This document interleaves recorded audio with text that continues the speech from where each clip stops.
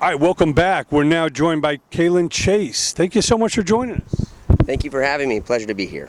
So tell us where you grew up and how you fell in love with music. So I was born in Fullerton, California, and my family was very nomadic for the first part of my life. We moved almost every year all around Southern California, and my family was always very into music.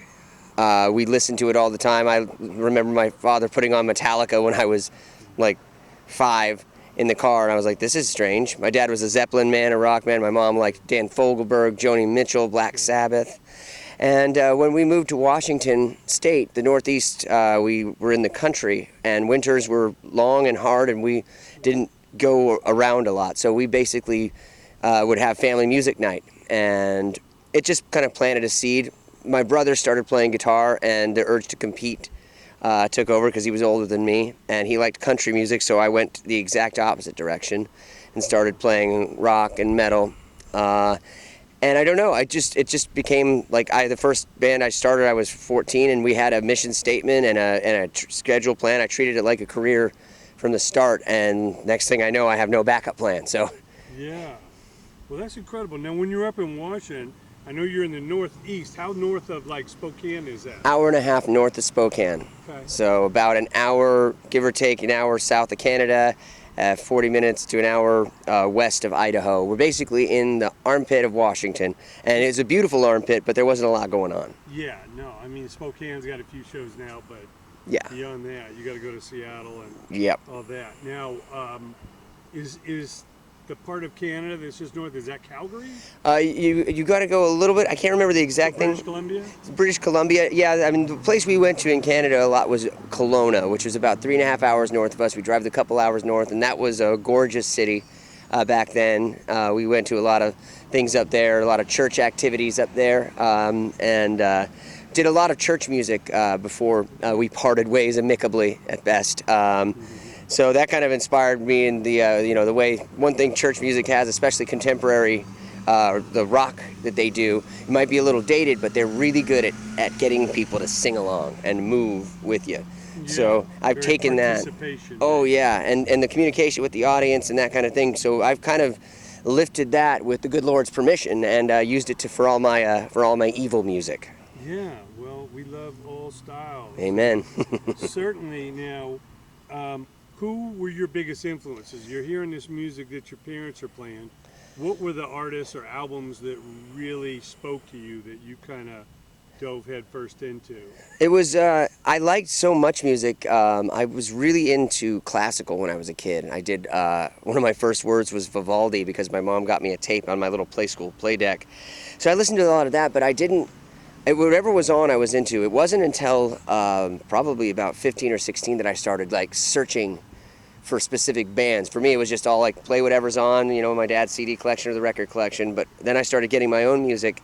A band called Starflyer 59 was this really, really cool shoegaze band. They were, kind of like My Bloody Valentine, Low, Slow Dive, that kind of sound. But they were early 90s, big distorted guitars, soft vocals, really pretty but depressing and just feedback. Then the weirdness, the pretty sounds and the pretty singing to the massive guitars started messing with me.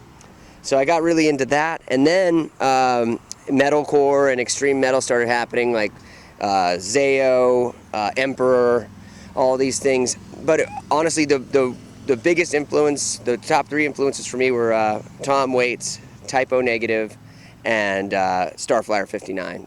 Those are my 3 faves. That's amazing. So now we know you from your stint in KORN. Tell us how that developed, who you fell in contact with, how it developed into you, touring with the band. Yes. So I went, when I turned 18, I had to wait about 6 months for the rest of my band to graduate. I graduated early at 17. As soon as everybody graduated, we got in our car and drove from Northeast Washington down to LA and started attending Musicians Institute. That's in Hollywood, California, and it was a fantastic time being 18 in Hollywood. So I went there, played, started a band, lots of concerts, Big Fish, Small Pond, And then I stopped going to school and was trying to make a living in the band and doing odd jobs. And in a particularly low time, my brother had also attended the school in the music business program and was the assistant to the head of that program. So he called me and said, KORN is doing an audition, and they reached out to all the schools in the country and everywhere. They're trying to find members to sing. So then I hung up on him because it was early and I was hungover. And he called me back and he said I should really consider doing it. I hung up again because I was depressed and stupid at the age of 22. Finally, he calls again and says, don't hang up. He tells me what to do. He buys me the CD to learn the song since I couldn't afford it. My sister babysat me for the next 3 days while I learned them to make sure I didn't decide to just leave and go drinking and do something silly to sabotage my career. And I went to the audition at Musicians Institute where I've been doing open counselings there, vocally, just doing some teaching like when they let me. And I did the audition, and it made me feel really good that a lot of the students there at the audition saw me come in and they were like, oh, damn. So that made me laugh. I got a call back, went up to Malibu to the studio that they were working in with their music director, Richard Gibbs, and I did an audition with him, and then I got a call back. And I went in that night on my way to Santa Barbara to stay with my parents because I figured I'd either be celebrating or being sad. So a friend drove me up. We went to the same studio, and they didn't tell me that in walks Jonathan Davis, his wife, two big bodyguards, like an entourage. And they go into the big room, and I'm in the vocal booth, and they had me match a bunch of harmonies and sing. And they told me that Jonathan's going to listen to a lot of things. He's going to take a while to decide. This is really important. And he said, don't get your hopes up. Also, don't worry if you don't hear anything. And Jonathan's kind of shy, so you might not get, the best response that you think you're going to get. So I said, no problem. That's fine. I'm a professional. I'm prepared for this not to work. And I sang, and then right after 1 or 2 takes, they said, get in here. You got the job. So I was very happy. That was how I got it. Yeah, he basically gave you the thumbs up. Yeah, I've been working on vocal mimicry a lot, so I didn't try to sound like him, but I tried to make my pitches blend with him, which is what they were looking for. They were looking for a background vocalist that would be able to do all those cool harmonies that John wrote and played, so I just tweaked my voice enough to make it blend perfectly with him. And I got lucky. Wow, that's amazing. So yeah, we saw you on the Family Values Tour. That must have been insane. The fact that they brought it back right when I got there, we got to do the Family Values 2006 and 2007. So many great bands, wild and crazy times. List the artists that were on that tour. So the first leg we did on the Family Values, we had Evanescence, we had, I believe Stone Sour was on the first one, Deftones, which I got to sing Passenger. I got to sing Maynard's parts with them on the last show of that tour at West Palm Beach, which was a top 5 moment for me. Great guys, got to hang out with all of them. I think we had a band called, yes, we did this on this tour, 10 Years, who had toured with us on our first leg that I joined in 2006. Then the next year we had Hell Yeah with, God rest his soul, Vinnie Paul and Chad Gray from Mudvayne. Mudvayne toured with us at the very beginning before Family Values. So getting to meet all these amazing people on that was really cool. Great guys. Yeah. What was the greatest experience as far as going from your club experiences to now you're seeing these festival crowds, these outdoor amphitheaters? What did you learn the most from that? It's funny. The playing in front of 90,000 people was an insane thing. That was because I always treated shows for 3 people the same way. They're 300, 3,000, and I tried to keep that attitude and not let it affect me. But the 90,000 person one showed me when they were pumping their hands on that breakdown of Somebody Someone, you could feel the wind from everybody's hands pushing forward. Right on. What city was that in? That was in Nuremberg. Or Nuremberg. There's Rock am Ring, Rock am Park, and there's Nuremberg and Nuremberg, and I mix them up every time. Forgive me, Germany, I love you. Famous German festivals. Oh, yes. So we did those each year. Just the experience of having those big outdoor, because they build you the dressing rooms. They're like, office style, like, they put up the little, separators, and there's a common area. So, it's 7 or 8 in the morning, and Lemmy Kilmister walks by with a bottle of Jack in his leather pants. I'm like, it's 8 in the morning.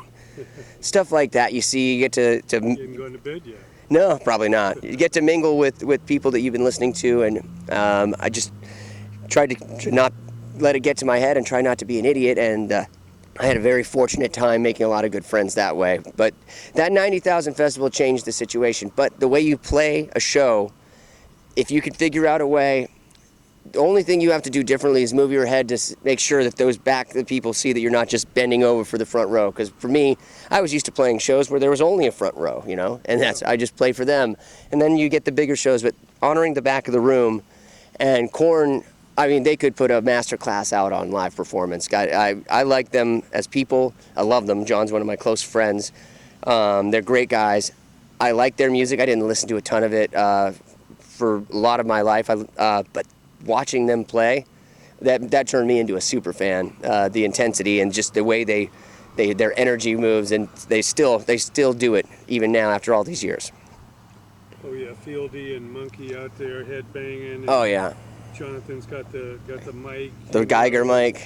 Yeah. That terrified me whenever. Rozier, was he in the group? So I got to tour with a bunch of drummers. So we started with David, the original drummer, and after MTV Unplugged, he had left, and we played with Chad Wackerman, Terry Bozzio, and then we got to play with Joey Jordison, who became a very good friend of mine in 2007, and we toured that entire year together.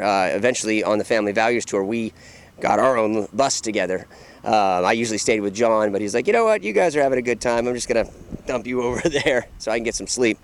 So me and Joey had a bus together, and we were pretty much inseparable. And then Ray joined after Joey went back to Slipknot in 2008. So for the world tour, the big tour we did in 2008 before I left to do my own stuff, Ray was the drummer there. And I love Ray. He's a good buddy, great guy. Yeah, laid back. I always say the bigger the band, the cooler the member, you know. Generally, yeah. It's weird. It's like people who are unsatisfied with their position, even if you think of them as top tier, if they feel like they should have more, those are the ones you got to watch out for. But people who've been blessed with success, most of them are really down to earth, really good people. And, you know, notable exceptions are always the ones people talk about, but I can safely say that the majority of people I've met in this industry are humble, good-spirited, good-natured people. Yeah, like you said, they're already at a level where they don't really have much to prove. Mm-hmm. They're not competing with each other. They're hoping everybody puts on a good show so that fans go home really happy. That's the whole point. Sabotage somebody else's gear. Yeah. You know, it's a beautiful thing. Yeah, you got to be afraid of mid-level. The mid-level is the dangerous level. I know because I lived there so long. That's like to not support each other in the competition. I try to fight that ideology, because it's like, guys, you're not going to get anywhere, because there's people up top watching and there's people on the bottom that are going to pass you because they might get a lucky break. If you treat them like you're treating me or the people around you right now, there's nothing for you. You're going to stay here if you're lucky. So mid-level people who are rising up, don't be dicks. Yeah, it's really it's a small industry, you know. It's a very 3 degrees of separation at most. Oh yeah. You know? Oh yeah. Now, obviously, you sang in Joey Jordison's band. Were you right there as he developed that, or did he come calling once he had it together? So when he started, originally the band was called Scar the Martyr, and we had talked about me doing something, but because it was a side project and I was trying to do something big, he went with somebody else. When he stopped being in Slipknot and he wanted to do the band full time, he had called me and asked me to do it. And of course I said yes, because we'd always said we were going to do a band together. In 2007 we were hanging out on the bus, and you know, it was a beautiful thing. And we wrote a ton of songs, recorded them. Hopefully the album will come out, but the 5 songs that have been put out, I'm glad people are enjoying them. We got to do a few shows. We played South America, Europe. And it was a really great thing, and I was very happy that we had that time together. Yeah, well, it's always weird, you know, to see changes in the band, like Ed leaving KORN, you know, for that big period and coming back.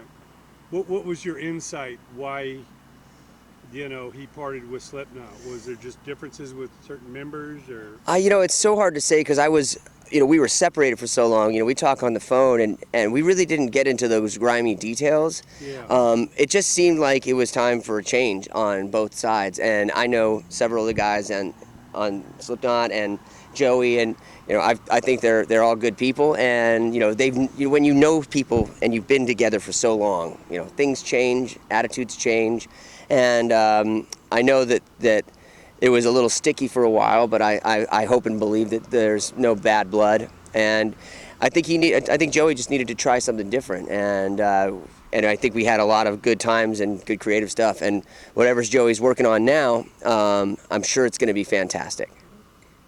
Well, yeah, being an original member, you always wonder, but the groups go on, and obviously KORN was one of those groups that they associated with new metal. They came in with a hip hop influence. Of course, Fieldy loves hip hop. Yeah.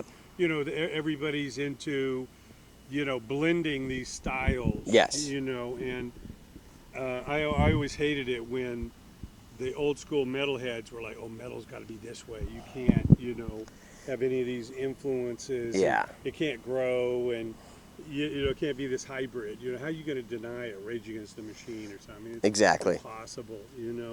But what was your feeling as far as seeing rock evolve? Obviously, hip hop has become so mainstream in a way. Yeah. Fashion-wise, socially, but what's it going to take to keep rock alive if it can't evolve? I mean, how do you see the future of rock? Well, it's like a lot of things, even politically speaking. They're the old order, basically in metal or in government, old white guys, eventually going to die. And the people who are coming up under them, I don't know, musically, I was sick of the idea that it had to be one way. And I liked seeing hard, heavy Southern rock next to a grindcore band. Why not? Yeah. Why can't we? And why can't we listen? Enjoy. Exactly. So when we put on shows, we literally did that. We had a really hard, swarthy Southern rock band. We had my band, The Changing, which was pretty extreme metal with singing, and then we had like a grind band. And sometimes we'd have an acoustic show or a comedian.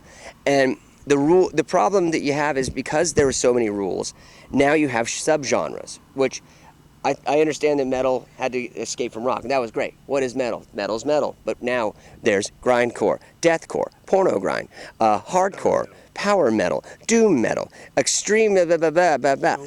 It's I think it's all rock and roll at the end of the day, and that's why I was like, no, we get it. Like holding the metal flag. Like I think the most metal thing to do right now is to just be rock and roll, whether that's the punk rock attitude. Yeah, that's the idea is to exert energy, to unleash the pent-up rage inside you, to celebrate the diversity of what you're doing, and to make some freaking noise. That's the idea. So I don't care what you call yourself. Like the genre thing, I mean, I used to make fun of it. I used to call my band Olympic Gold Metal, and then other random things and terrible puns. But it's just music. And this music is aggressive and energetic, and that's people who want us to have aggressive, energetic music can listen to that. They can listen to Muse. I think Billie Eilish is doing some dark Manson-esque things right now that are just as creepy and evoking as some of the early metal that I listened to. So it's like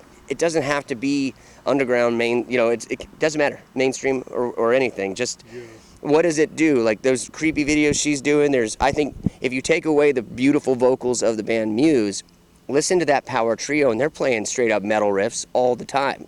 You just don't hear it with all the classical and the cool singing. They think of them as rock, but like we're all stealing from each other, and that's a beautiful thing. So let's stop fighting about it and everybody just do the music they want to do. That's how I feel.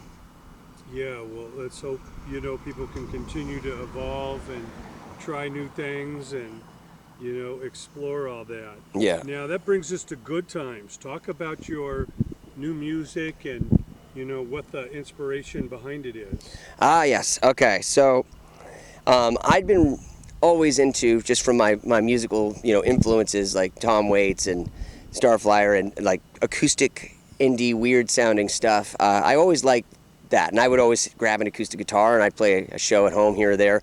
I just was working in metal so much, I never tried to do it, and after Vimic, and when I realized I really wanted to make a change, I had a lot of things happen in my life that kind of pivoted me. The producer of Vimic, Kato Kandwada, he did the record, and moved to LA, where I started working with him on other projects, and he became a real big musical inspiration for me. We would work on everything from metal to folk. I would do vocal production for him, and for about a year and a half, we were pretty much inseparable. And he started listening to some of these songs I was demoing out, like Good Things and Let Them Come. And he was like, you should do this. You should make this music. And I was like, great, you want to help me? And he said, yes. So I was setting up all these demos, getting ready to record with him, and he was killed in a motorcycle accident. So that kind of took me, after, all the things, not wanting to do metal anymore, or at least take a break from it after Vimic, and then losing my in with that. I just didn't know what to do. And then I decided to do it anyway. So I put my head down, met with a friend of Cato's named Phil English, who works at El Dorado Studios, which is pretty close to here, which is a very, very awesome, notable studio. And he listened to my stuff and said the same thing as Cato, you should do this, we should work on it. So I just got a bunch of great musicians together that I've known for the years and started plugging it out and recording. And the first one we did was Good Things a few months ago. And and now we're just going to try to keep putting out a song every few months, and then eventually an EP. So that's the story there. Yeah, well, I know you're in between LA and in Nashville.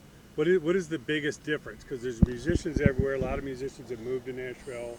It used to be known as country town. Now there's a lot of rock. There's everything in there. Yeah. And of course, a lot of country guys are more rock than ever. True. So, what do you see the biggest difference in the kind of music community?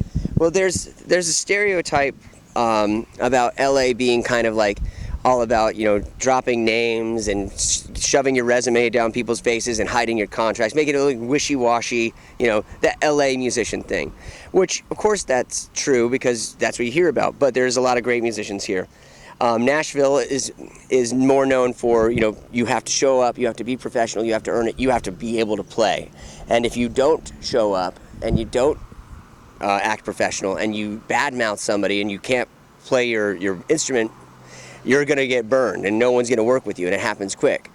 So I do love the work ethic of Nashville a little more than LA, but the way that music is being made in Nashville right now, not speaking about like the indie stuff and the underground stuff, and I don't know, but they're churning out records like 3-hour blocks at studios. Like there's a big clock and you're getting the best musicians in this city coming in playing on everything and every country song, and they're just churning them out like a factory. So it's not sitting there developing songs like we do in LA. Yeah. So a friend of mine, Zach Kasich, who worked in here, he worked with everybody, Ocean Way Studios. He was engineered and worked on records for many big acts. He's got a studio in Nashville called Wild Feather Recording, and he's doing it the LA way, where we go in, we work the songs, we produce the songs, we take our time. And so having the musicians that they have in Nashville with the LA the LA song creative work ethic is kind of the best of both worlds, which is why I'm happy to be working there so much now. That's amazing. Well, I know with all your experience, everything you've been through, all these bands and tours, you've gained a lot of knowledge, this working knowledge on how to best create, with others. Mm-hmm. I know musicians coming up today, it's like a different world than we came up with. They're born with computers. They think there's an app for everything. They think there's a YouTube shortcut for everything they're trying to do.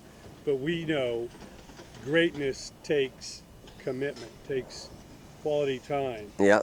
What advice do you give to creatives today coming up so they're on the right course to actually produce any type of potential longevity? The most important thing, I think, before anything technical even happens, is learn how to communicate.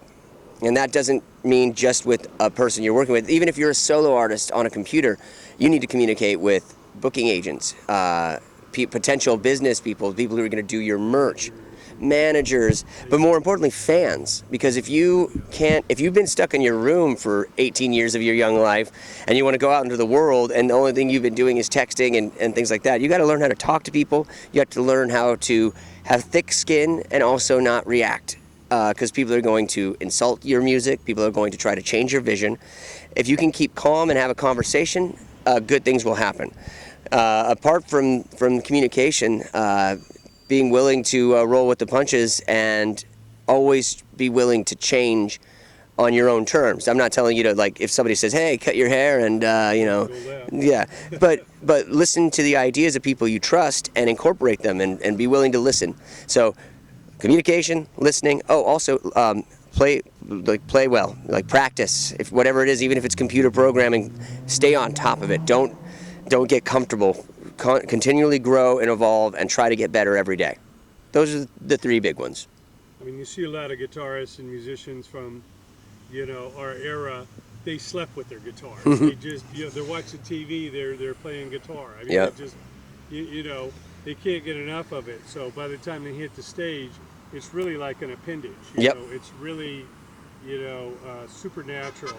But like you say, so important to develop interpersonal relationships. Yes. Because if it's just you and like you say, a text or a, you know, IG post, that's not a relationship. You know what I mean? Mm-hmm. You've seen these people on tour. It's like a family. It's Oh, like yeah. family values, the crew, the band, Absolutely. the siblings, you know, the offspring, the you know, the whole family is super important to a group surviving. Oh yeah, well, especially eventually you're gonna, if you want to do music, unless you're just going to be a bedroom warrior, and there's a lot of very famous musicians who don't tour, but if you have any longing to play live or tour, you're going to be stuck on a metal tube with a bunch of people. Be friendly, and they'll be friendly back. And if they're not friendly, get out of there, or get them out of there. You know, it's you can't have a creative output. Even if you're doing like the most negative sounding, angry music, you have to have joy in your heart to do it. Otherwise, why do it? So make sure you're fostering those good relationships, and make sure that you're not the problem either. I have to continually remind myself not to be a psychopath dick, because sometimes I get angry and I want to take it out on everybody around me but myself. So I take a deep breath and I remember, be pleasant, and I drink a beer and I go into my bunk and I hide until I'm nice. Well, it's always a pleasure, Kalen. Thank you Good so Things much. is the single. What is the best website or social people can keep up with your music? Let's see, I think you could follow me on Instagram at Kalen Chase. There's links for Spotify, YouTube, all the things on there. I think that's probably the best way to go. The Instagram seems to be the most popular one. Well, thanks so much for joining us. Please rock forever. Will do, sir.